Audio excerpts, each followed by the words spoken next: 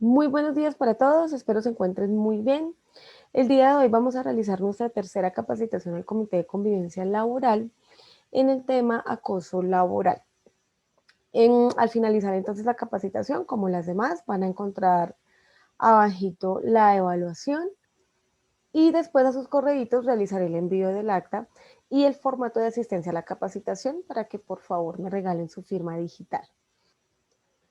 Esta es nuestra última capacitación aquí por la plataforma. Ya para la próxima reunión yo me estaré comunicando con ustedes para poder habilitar un espacio y poder reunirnos por Zoom.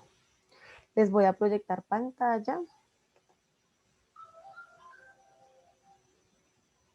Listo. Capacitación en acoso laboral. Vamos a ver la definición, cuáles son los tipos de acoso laboral, cuáles son las modalidades, situaciones que pueden propiciar el acoso laboral, conductas que no se constituyen acoso laboral, y las consecuencias que se generan cuando se presentan ese tipo de situaciones, tanto para el colaborador como para la organización. Definición de acoso laboral. Bueno, en el desarrollo de esta situación tenemos unos lineamientos que se encuentran en la Ley 1010 del año 2006, en donde podemos identificar cuál es la definición, cuáles son las conductas que se constituyen acoso laboral, cuáles no, cuáles son esas medidas preventivas que las empresas deben llevar a cabo y todo el tema sancionatorio, qué es lo que puede pasar cuando se logra demostrar que sí fue acoso laboral y que pues la organización actuó de alguna medida como cómplice porque pues estuvo con el evento al interior de la organización, pero pues no se desarrolló ningún tipo de acción. La definición entonces dice que es una conducta persistente y demostrable ejercida sobre un empleado o trabajador por parte de un empleador, un jefe o un superior jerárquico, inmediato o mediato, un compañero de trabajo o un subalterno, encaminada a infundir miedo, intimidación, terror, angustia, causar perjuicio laboral, generar desmotivación en el trabajo o inducir la renuncia del mismo. Hay algo muy importante en esta definición y es el tema de la conducta persistente y demostrable. De pronto en algún momento durante mi año laboral, por ejemplo, en algún momento en alguna comunicación que tuve con un compañero, de pronto me sentí desmotivada o de pronto me sentí humillada o de pronto me sentí discriminada, pero tal vez fue durante el año y durante toda la comunicación que tuve con él o con ella, tal vez me sentí así una o dos veces, ¿sí? No es una conducta persistente, no es una conducta que caracterice la comunicación que yo tengo con ese colaborador. Es eventual y se pudo haber dado tal vez porque emocionalmente la persona no se sentía bien o yo tampoco me sentía bien. Y deben ser conductas demostrables. No se pueden tomar acciones bajo supuestos o bajo opiniones subjetivas de las personas. Tipos de acoso laboral. Bueno, en estos tipos de acoso laboral vamos a ver la relación en que se puede llevar a cabo esta situación. Entonces, el acoso formal, por ejemplo, tiene que ver con la dirección de la organización. De pronto, en la directriz de las organizaciones no hay conformidad con algún colaborador y le empiezan a dar más funciones, por ejemplo, de las que le habían comunicado inicialmente, para presionarlo y poder demostrar la falta de gestión por parte del colaborador. Entonces no es un caso directo entre un jefe y un colaborador, pero sí hay una dirección en una organización que de pronto puede no estar conforme con la participación de alguna persona y simplemente pueden usar estos métodos para aburrir a la persona y al mostrar que no hubo gestión, poderlo sacar con justa causa o poder ocasionar que el colaborador renuncie por voluntad propia. El acoso descendente, que es el acoso de mayor incidencia en la población. ¿Por qué? Porque es el acoso común entre el jefe y el subordinado. Entonces son aquellos líderes que para demostrar su cargo o su nivel desprecian el trabajo de ese equipo y pues se aprovechan del poder que tienen para poder presionar a la persona que pues no quiera que labore con ellos y ocasionen un abandono de cargo pues voluntario. El acoso horizontal, que es el acoso que se presenta entre compañeros del mismo nivel que era jerárquico, puede surgir por problemas personales o bien porque alguno de los miembros del grupo no se adapta a las pautas y el funcionamiento del resto del equipo. Se presenta bullying a personas con rasgos diferentes. Entonces acá vemos dos situaciones que pueden pasar entre compañeros. Se presenta bullying a personas con rasgos diferentes, ya sea por su tono de piel, ya sea porque hablen diferente, tengan un tono diferente, tengan un léxico diferente, o por personas que llegan nuevas a un equipo de trabajo y pues no se sienten a gusto con todas las pausas y el funcionamiento que ha venido desarrollando el grupo. Entonces el acoso allí se puede presentar tanto de la persona nueva hacia las antiguas como de las personas antiguas hacia la nueva. Acoso ascendente. El acoso por parte de los subordinados hacia su jefe. También pasa cuando llega un nuevo jefe a un equipo de trabajo.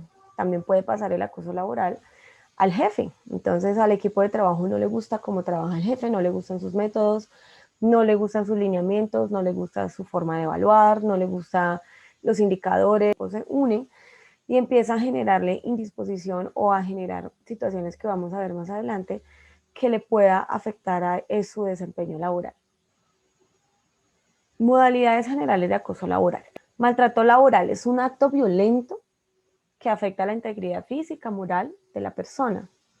Entonces, esto puede ser una expresión verbal, injuriosa o ultrajante que lesione la integridad moral de la persona y vulnere sus derechos a la intimidad y al buen nombre.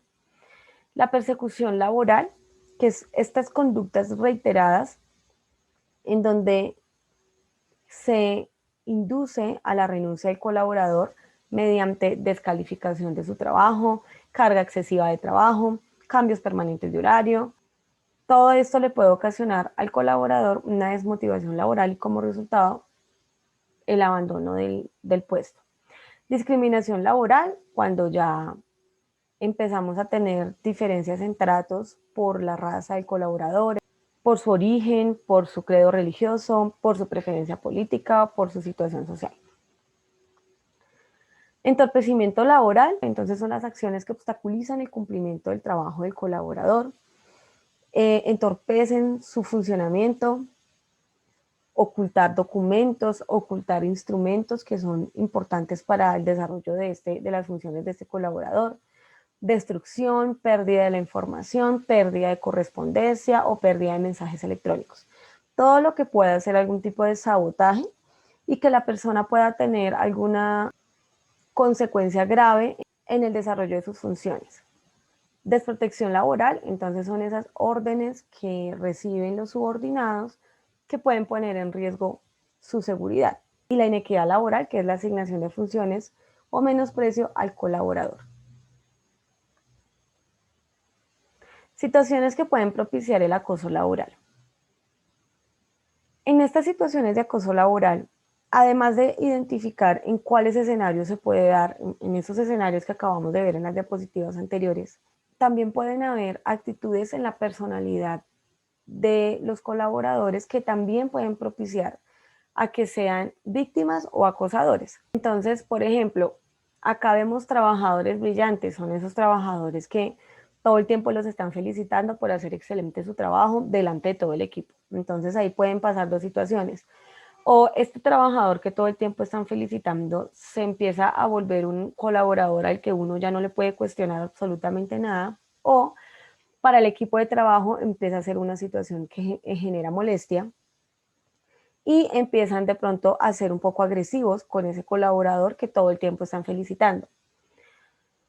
También se menciona a las personas que son pacíficas, las personas que no les gusta tener ningún problema, las personas que son calladitas, que hacen su trabajo y que declaran no dejarse amedrentar por ninguna situación. Esas personas pacíficas también cuando suelen estar en esta situación de acoso laboral, precisamente por evitar problemas y por evitar discusiones y por evitar situaciones que no desean lidiar, nunca lo comentan, nunca lo denuncian, nunca lo hablan, nunca lo cuentan. Por esta razón terminan abandonando el cargo, abandonando la organización y para la organización es transparente cualquiera que haya sido la situación que le haya propiciado a ese colaborador la decisión de irse. También encontramos los sujetos activos, eficaces y trabajadores, que son personas que pretenden imponer reformas o imponer una nueva cultura organizacional y de pronto el equipo de trabajo no es receptivo hacia esas propuestas. Entonces ahí también pueden ser dos situaciones. El equipo pueda que empiece a tener una actitud diferente frente a ese colaborador, o el colaborador empieza a tener una actitud diferente frente al equipo porque no se toman en cuenta sus sugerencias. También existen las situaciones organizacionales, entonces allí podremos identificar dos. Una, que es aquellas organizaciones donde el clima laboral es competitivo e individualista, entonces no hay comunicación, no hay trabajo en equipo y cualquier situación que pase genera enfrentamientos entre los compañeros y no a poder dar solución y aprender de la situación. Y la otra es la deficiencia en estilos de liderazgo, en diseños de la tarea, en comunicación interna y aquellas políticas que le representan un aumento a la productividad de la compañía por menor costo. Dentro de la Ley 1010 del año 2006, entonces se mencionan las conductas que no constituyen al acoso y las conductas que sí constituyen al acoso. Dentro de las que constituyen acoso laboral, en lo que venimos hablando en la capacitación, he venido mencionando algunas. Y las que no constituyen acoso laboral las vamos a ver a continuación. Entonces dice, solicitud a cumplir deberes extras de colaboración con la empresa cuando sean necesarios para la continuidad del servicio o para solucionar situaciones difíciles en la operación de la empresa. Entonces no se trata que en ningún momento se le pueda exigir al colaborador o se le pueda hacer un llamado de atención o se le pueda pedir ayuda frente a una situación crítica para la empresa. Se trata de lograr esa comunicación de manera asertiva y respetuosa, sin que el colaborador se sienta vulnerado y que la empresa pueda cumplir con lo que espera de su equipo de trabajo. Las actuaciones administrativas o gestionales encaminadas a dar por terminado el contrato de trabajo con base en la causa legal o una causa justa. Entonces, como lo mencionaba, el tema de la comunicación frente a que el colaborador tenga claro cuáles son esas causas por las que se le puede cancelar el contrato con justa causa o de manera legal, cuáles son sus funciones, cuáles son sus responsabilidades y en medida de eso, pues ya la organización pueda exigirle al colaborador. Exigencias razonables de fidelidad laboral o lealtad empresarial. Entonces acá podemos ver, por ejemplo, el tema del manejo de la información, que yo no pueda ir y compartir la información de la empresa en donde laboro a otras y de pronto generar un negocio independiente con esta documentación o con esta información que yo estoy manejando. Entonces, igual que en el tema de la terminación del contrato, mientras que hayan documentos, mientras que la información y la de documentación se aclaran entre el colaborador y el empleador, asimismo el empleador podrá exigirle al colaborador de una manera respetuosa el cumplimiento de estos acuerdos. La exigencia de órdenes necesarios para mantener la disciplina, todo lo que está en el tema del reglamento interno de trabajo, que se constituye una falta grave, una falta leve, que está prohibido, cuáles son los deberes, cuáles son las responsabilidades.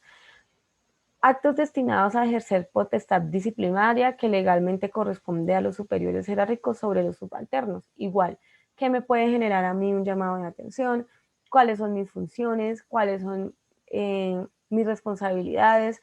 ¿En qué casos se puede evidenciar que yo no estoy cumpliendo con esto y pues eso me puede acarrear a mí algún tipo de llamado a descargos o el procedimiento interno que la compañía tenga?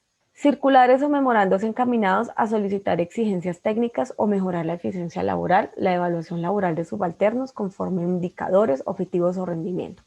Entonces, era lo que mencionaba. El éxito de estas conductas que no constituyen al acoso laboral es que haya una comunicación asertiva entre el empleador y el colaborador, que todo esté documentado, que todo esté firmado, mis funciones, que este es el reglamento, por esta razón me pueden enviar a descargos, cuáles son mis responsabilidades, cuáles son mis objetivos, con qué indicador me están midiendo, con qué objetivo me están midiendo, con qué rendimiento me están midiendo y en la medida en que vaya desempeñándose el colaborador, el empleador puede sentirse en la libertad de poderle hacer un llamado de atención, por ejemplo, o de poderle cancelar el contrato en caso de que no se cumplan los acuerdos que se estipularon inicialmente en la relación laboral.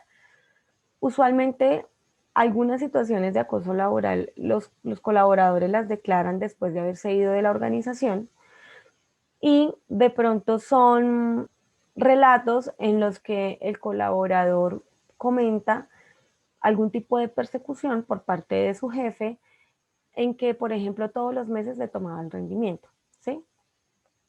Si en el momento en el que el ministerio comunique a la empresa que tienen pues esta queja de acoso laboral y la empresa pueda demostrar que desde un inicio se le comunicó al colaborador que mensualmente se iba a tomar el rendimiento y que el rendimiento hace parte del cumplimiento de los objetivos y hace parte de las obligaciones del colaborador llegar a esa meta mensual y que si no cumple con esa meta mensual es una causa justa de despido, en la medida en que la organización pueda demostrar eso no va a haber ningún inconveniente, ¿sí? Pero cuando en caso contrario, llega al ministerio a la empresa y resulta que de 20 personas solamente a ella le hacían esa rendición mensual de cuentas, no lo hacían con nadie más, eso no está escrito en ningún lado, nunca se lo comunicaron, sino de repente de unos meses hacia atrás le empezaron a hacer a ella este tipo de exigencia, entonces ya el resultado de esa queja puede ser diferente para la organización. ¿Cuáles son las consecuencias generadas por el acoso laboral? Hay consecuencias individuales que son para la persona. La persona ha venido ya varios tiempo lidiando con esta situación. Entonces empieza a tener problemas psicológicos. ¿En cuáles problemas? Empieza a sentir inseguridad, empieza a ver problemas donde no los hay, empieza a tener de pronto indicios de ansiedad, de pronto de ver cosas o darle demasiada importancia a situaciones que no, pues en realidad no la tienen. Problemas contractuales como cuáles. Allí es donde se empieza a ver afectados los hábitos del colaborador. Entonces empieza a tener problemas emocionales que le empiezan a generar cambio en sus hábitos. Entonces ya no duerme bien, todo el tiempo está triste, todo el tiempo está deprimido, ya no quiere ir a trabajar, todo el tiempo está angustiado, todo el tiempo está distraído, propensas a somatizar en enfermedades sus problemas emocionales. Hay personas que tienen estrés y detrás de ese diagnóstico de estrés viene toda la cantidad de efectos que le están generando daño físico y emocional. Para las organizaciones hay consecuencias directas y hay consecuencias indirectas. Dentro de las directas que podemos encontrar, ausentismo, rotación de personal y aumento en la accidentalidad. Y las consecuencias indirectas que ya son el rendimiento del colaborador, la disminución en la capacidad operativa de la persona, su desempeño laboral, los problemas organizacionales que afectan el clima laboral y la confianza de toda la organización. Este es como un pincelazo muy por encimita de lo que es el acoso laboral, porque este tema tiene mucha tela por cortar, pero pues no me quise extender mucho.